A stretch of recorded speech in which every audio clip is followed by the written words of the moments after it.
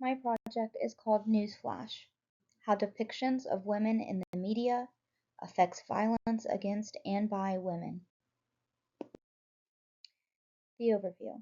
The focus of this project is how the depiction of women in the media affects violent crime against women over time. Research questions. Does exposure to content featuring violence against women affect how people react to violence against women in real life? Has the way women are depicted in media changed over time, and how has that affected crime against women? How does the media depict and affect women who commit violent crimes? First, we're going to look at quantitative data. My first study was the effects of long-term exposure to violent and sexually degrading depictions of women by Daniel G. Lenz and Edward Donnerstein. The method, students were assigned to one of four groups. First, a group who viewed two films over time and participated in one of two rape trials, one being an acquaintance and one being a non-acquaintance offender. The second was a group who viewed 5 films and participated in one of the two trials. And then two non-viewing groups, one who participated in the acquaintance trial and one who participated in the non-acquaintance trial. 3 different kinds of films were shown: R-rated violent movies, R-rated non-violent movies, and XR-rated non-violent movies. Data was collected on how viewing the films affected how the men reacted during the trial. Quantitative methods were used to analyze the data. The sampling was 160 college-aged men were originally selected. After a battery of psychological exams, men who showed signs of hostility or psychoticism were eliminated. It was feared that these men who showed signs of hostility or psychoticism were more likely to act or try to recreate what they saw in the films, so they were eliminated. This study showed that the men who viewed more films over a longer period of time judged the material to be significantly less violent and degrading to women than men who were exposed to less of the same content. Subjects also said they became less depressed, and the material was enjoyed more with repeated exposure. My second study was the representation of rape and sexual assault within news media by Catherine E. Lehman. The method was each article was coded using 4 main categories: the presence of rape myths and or stereotypes, who is quoted first in the article, whether the article is framed as episodic, thematic, or both, and finally semantic frames. A quantitative content analysis was then conducted. Sampling: the researcher coded a total of 150 news articles from the New York Times referencing rape and sexual assault from 3 different time frames: 1980 to 1984, 1993 to 1997, and 2016 to 2020.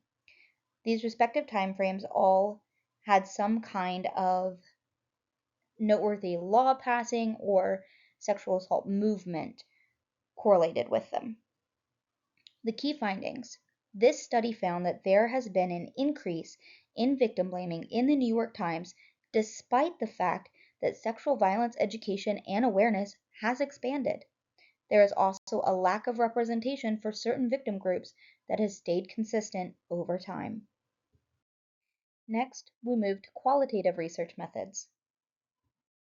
The first study is Too Feminine for Execution: Gender Stereotypes and the Media's Portrayal of Women Sentenced to Death by Kelsey M. Collins.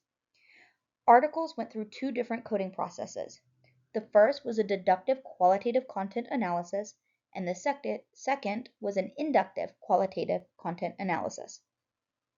Between 1976 and 2020, 66 women were sentenced to death in the United States. Every news article that could be found for each woman was collected, and then additional criteria were applied. This left 993 articles covering 64 of the women to be analyzed. 2 of the women, no news articles could be found for them at all, so they were eliminated. Researchers determined that women who were described as being in line with feminine stereotypes or good women often had their crimes explained by stating they were victims pushed to violence or not in control of their actions. Therefore, removing their crimes from their character. However, women who were described as violating sexual norms were portrayed as villainous or villains who were likely to reoffend. These findings show how female stereotypes are used to depict female offenders and explain their crimes in the court of the media. The next one was media messages surrounding missing women and girls, the missing white woman syndrome, and other factors that influence newsworthiness. This study used a direct content analysis approach to determine if the US print media perpetuated the quote-unquote missing white women syndrome, where missing white women and children are overrepresented in the media, while minority women and children are underrepresented. Researchers then created a code book and used qualitative research methods to draw conclusions. The sampling researchers examined news articles from 11 large or medium-sized publications from 2011 to 2018. Key findings were researchers determined that white women and children were overrepresented in the media by 8.81%. African American women and children were underrepresented, making up only 19.59% of news stories, despite the fact that they make up 33.84% of missing persons. Finally, we look at mixed methods. The first is assessing the influence of social media on attitudes towards violence against women, a mixed methods approach. This study used a mixed methods approach in the form of a survey and thorough literature review. The survey provided quantitative data about participants' attitudes concerning violence against women, their usage of social media, and their perceptions about how social media impacted their attitudes and beliefs. Qualitative data was gathered in the form of interviews on the same subject, allowing for more in-depth exploration.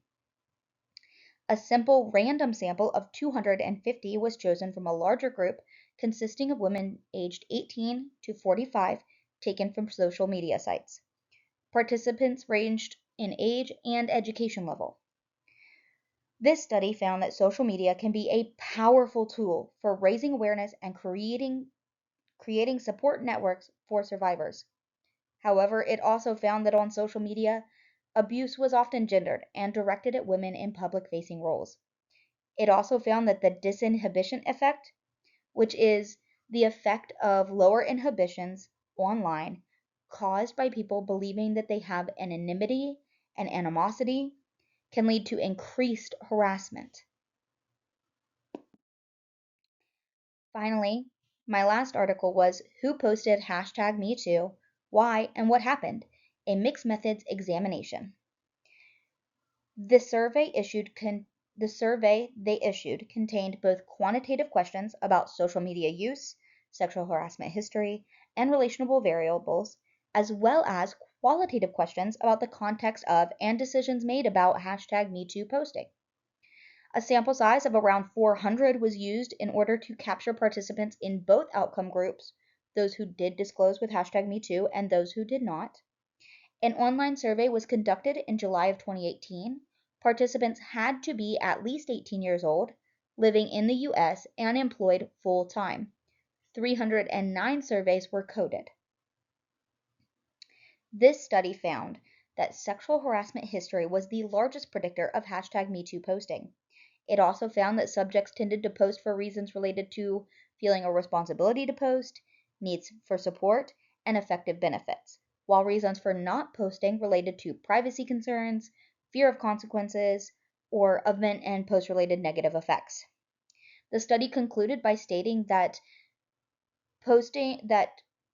sexual harassment reporting online was growing in popularity and should be considered valid and taken seriously, and that organizations should look at online postings of reporting sexual harassment as a sign that there might be something going on in their own organization causing women to feel uncomfortable or unable to report in person.